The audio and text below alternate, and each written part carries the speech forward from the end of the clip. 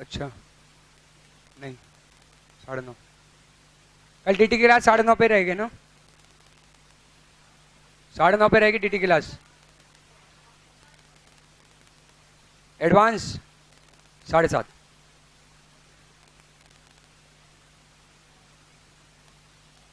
Sunday है तो मैं भी जाग रहा हूँ ना, तुम अकेले थोड़ी जाग रहा हूँ। एएस का कुछ कह नहीं सकता, एक आध दिन तो शांति पकड़ो। अच्छा ठीक है, कल बता दूंगा।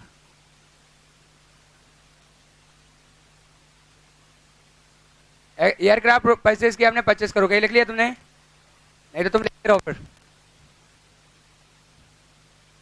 साथ में डिस्कस करेंगे, तो लिख लो पहले उतना।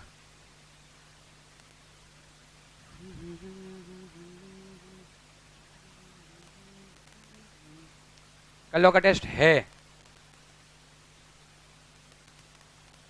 सुबह 8 से। 8 से कितने घंटे का टेस्ट है? कौन बोला था टेस्ट? टेस्ट है तो परीक्षा ले ली एक तरीके से। तो बीच में ऐसा स्नैक्स वगैरह आएगा, ये चाहे कैसा रहेगा? और 2.5 घंटे मूवी नहीं देखते लोग?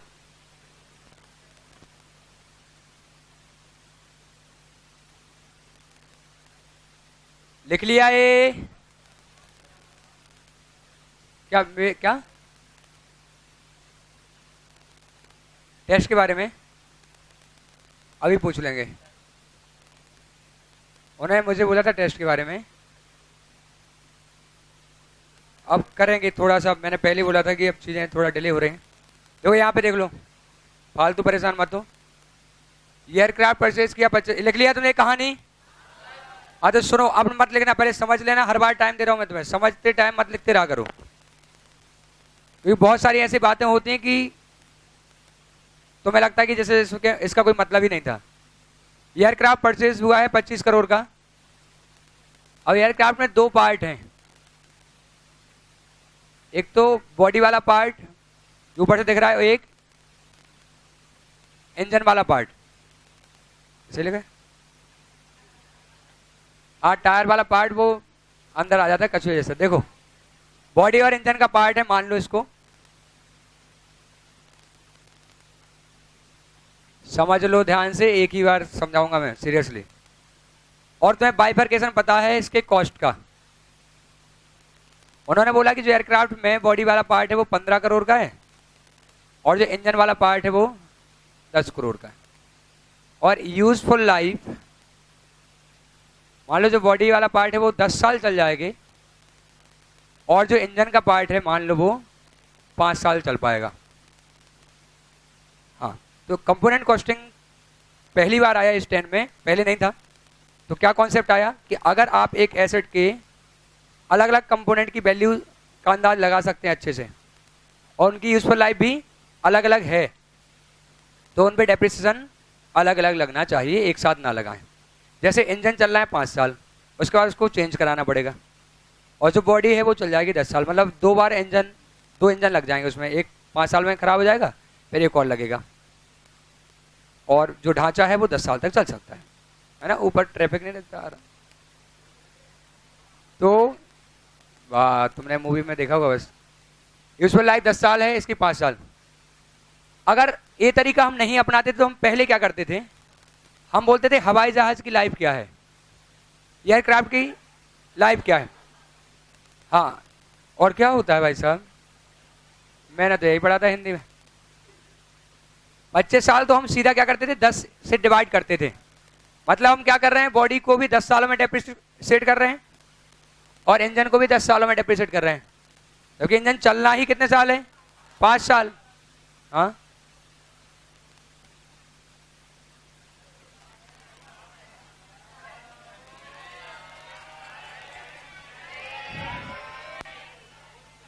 तुम एंजॉय कर लो, मैं वहां आंसर लिख देता हूं, पढ़ लेना, ठीक है? 1.5 लगेगा डेप्रिसिएशन, यहाँ लगेगा 2 करोड़, लिख लो। अरे नहीं, कैसे बात कर रहे हो यार, अगला पढ़ेंगे, जल्दी लिखो नहीं तो वो भी साफ कर दूंगा।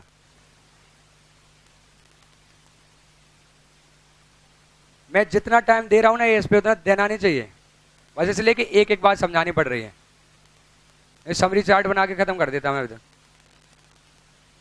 अब लिखते नहीं आएगा, नंबर कटेंगे।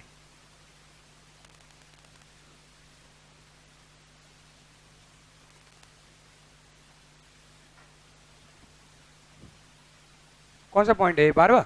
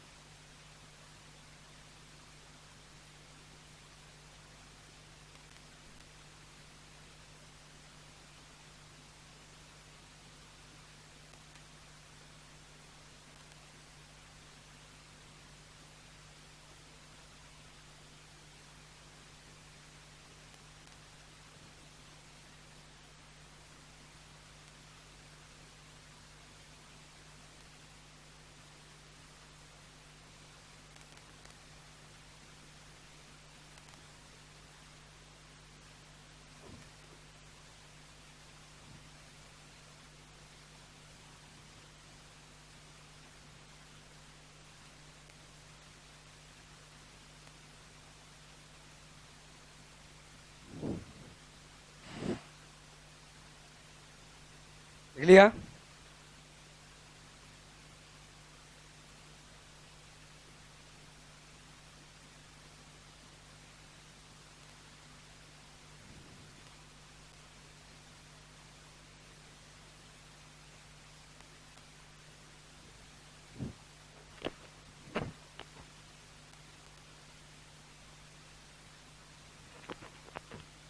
कर लिया सबने नोट?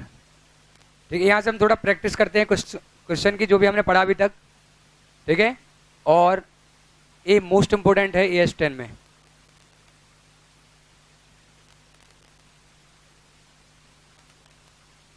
अगर डेप्रिसिएशन वाला पार्ट पूछा गया तो A पूछा जाएगा, ज़्यादा चांस है।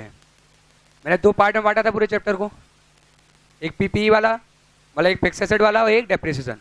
तो डेप्रिसिएशन का मोस्ट इंपोर्टेंट पार्ट ये है, इसको समझा देता हूँ। यहाँ से हम प्रैक्टिस कर लेते हैं थोड़ी सी और फिर हम PPE वाला पार्ट डिस्कस करेंगे।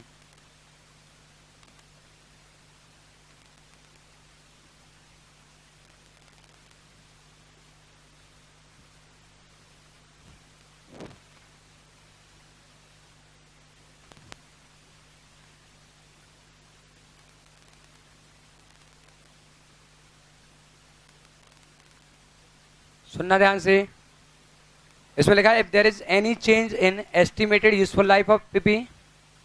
छोड़ो अभी इसको, सुनना ध्यान, यहाँ से सुनना। आप डेप्रिसिएशन लगाते हैं जब, मान लो आप SLM से लगा रहे हैं, तो डेप्रिसिएशन कैसे निकालते बताना?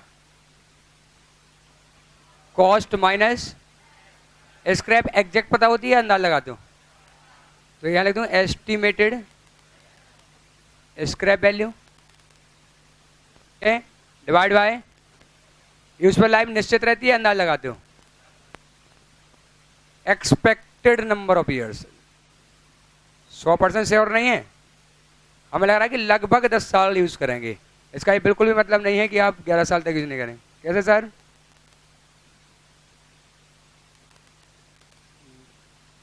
आता हूँ क्लास को। Cost minus estimated scrap divide by useful life. जो यूजफुल लाइफ है वो करेक्ट होती है क्या? क्या आप अंदाज लगाते हैं? बताएं थोड़ा प्लीज। तो ठीक है, ज़्यादा तेज नहीं। तो देखना इस केस में क्या होता है, डेप्रिसिएशन जब आप लगाते हैं, कॉस्ट के अलावा बाकी सब आप अंदाज लगाते हैं, और अंदाज बदल भी सकता है। हाँ, अपना अपना बदल सकता है। जैसे जैसे मान लो आपने सोचा था कि ये एसेट ना 5 साल चलेगा, क्योंकि बगल वाले का भी 5 साल चला था। अब अपने यहाँ 4 साल हो गए, बराबर टिप टॉप दिख रहा है हमें। तो फिर हमें समझ में आया कि यार हमने जो यूजफुल लाइफ ली थी वो गलत ले ली, तो आप इसको चेंज करोगे, है ना? ऐसे ही हमें लगा था कि जब ये यूज हो जाएगा 5 साल बाद तो ये 10,000 रुपये में बिक जाएगा, लेकिन अभी हमें पता चला कि कम से कम 15 में तो बिक ही जाएगा। ऐसा एक बिका है 15,000 में। तो ऐसा हो सकता है कि टाइम के साथ साथ आपके एस्टिमेट्स क्या होने लगे, चेंज होने लगे। और होते ही है ना, जितना उस प्लेस पे पहुंचोगे आप, 5 साल का अंदाज लगा रहे हैं आप, आज कुछ नहीं कह सकते, लेकिन 4 साल बाद तो आप समझ जाओगे कि भाई 1 साल चलेगा या अभी 3 साल और चल जाएगा। दिखता है ना वो सब। और एविडेंस जो लिया जाता है, एस्टिमेट जो लिया जाता है, वो लेटेस्ट इन्फॉर्मेशन के हिसाब से लिया जाता है। जब भी आप अंदाज लगाएं, वो लेटेस्ट इन्फॉर्मेशन के हिसाब से लगाया जाए, और अंदाज आपका हर बार बदल सकता है। इसे हम बोलते हैं चेंज इन अकाउंटिंग एस्टिमेट। क्या बोलते हैं? Change in accounting estimate. तो यहाँ देखना, इनके क्वेश्चन करेंगे अभी हम। अगर यूजफुल लाइफ में चेंज आ जाए या फिर एस्टिमेटेड स्क्रैप वैल्यू में चेंज आ जाए, मतलब लाइफ चेंज कर दोगे तो डेप्रिसिएशन चेंज होगा या नहीं होगा? होगा या नहीं? और स्क्रैप वैल्यू चेंज कर दोगे तो होगा या नहीं चेंज? होगा। या फिर आप मेथड ही बदल लें डेप्रिसिएशन का। SLM लगा रहे थे, अब आगे से आप क्या लगाना चाहते हैं? WDV। तो डेप्रिसिएशन चेंज होगा या नहीं होगा? होगा। एक पॉइंट छोड़ा है, अभी पहले सुन लो। तो these will be treated as change in accounting estimate. हम इन्हें क्या मानेंगे? आपके एस्टिमेट में क्या हुआ है? चेंज आया है, ना कि अकाउंटिंग पॉलिसी में। अब आपने जो डेप्रिसिएशन पढ़ा होगा, अगर CPD वगैरह में पढ़ा हो, थोड़ा सा याद होगा, सुनना जो मैं बोल रहा हूँ। वहां क्या था, पहले SLM हम लगा रहे थे और फिर WDV लगाए। तो हम WDV ऐसे लगाते थे जैसे अगर हम शुरू से ही WDV लगा रहे होते तो क्या होता, यही करते थे। तो प्रोस्पेक्टिव होता था या रेट्रोस्पेक्टिव होता था? रेट्रोस्पेक्टिव। ये बात AS6 में लिखी थी कि जब भी अगर आप मेथड चेंज करते हैं डेप्रिसिएशन का, तो उसका इफेक्ट आपको रेट्रोस्पेक्टिव देना पड़ेगा। शुरू से डेप्रिसिएशन लगाएं, देखें कि कम लगा है या ज्यादा, उसको रिवर्स करें। मतलब इतनी सी बात समझ गए तुम कि पहले रेट्रोस्पेक्टिव इफेक्ट से चेंज आता था। अब लेकिन मैंने हाईलाइट किया है कि यहाँ अब जो चेंज आएगा, चाहे वो मेथड में ही क्यों चेंज ना हो, वो प्रोस्पेक्टिव चेंज आएगा। और पहले मेथड में चेंज होने को पहले क्या बोलते थे हम? Change in accounting policy. Change in accounting policy बोलते थे हम। याद आ रहा है कि ये वाला पॉइंट? ये बोला जाता है कि आपने मेथड चेंज किया मतलब आपने अकाउंटिंग पॉलिसी चेंज कर ली है, इसलिए आप रेट्रोस्पेक्टिव इफेक्ट देके बताएं। अब उसको बोला गया कि इसे हम चेंज इन अकाउंटिंग पॉलिसी नहीं मानेंगे, हम इसे चेंज इन अकाउंटिंग एस्टीमेट मानेंगे। क्यों? आप एसएलएम लगा रहे थे, क्यों?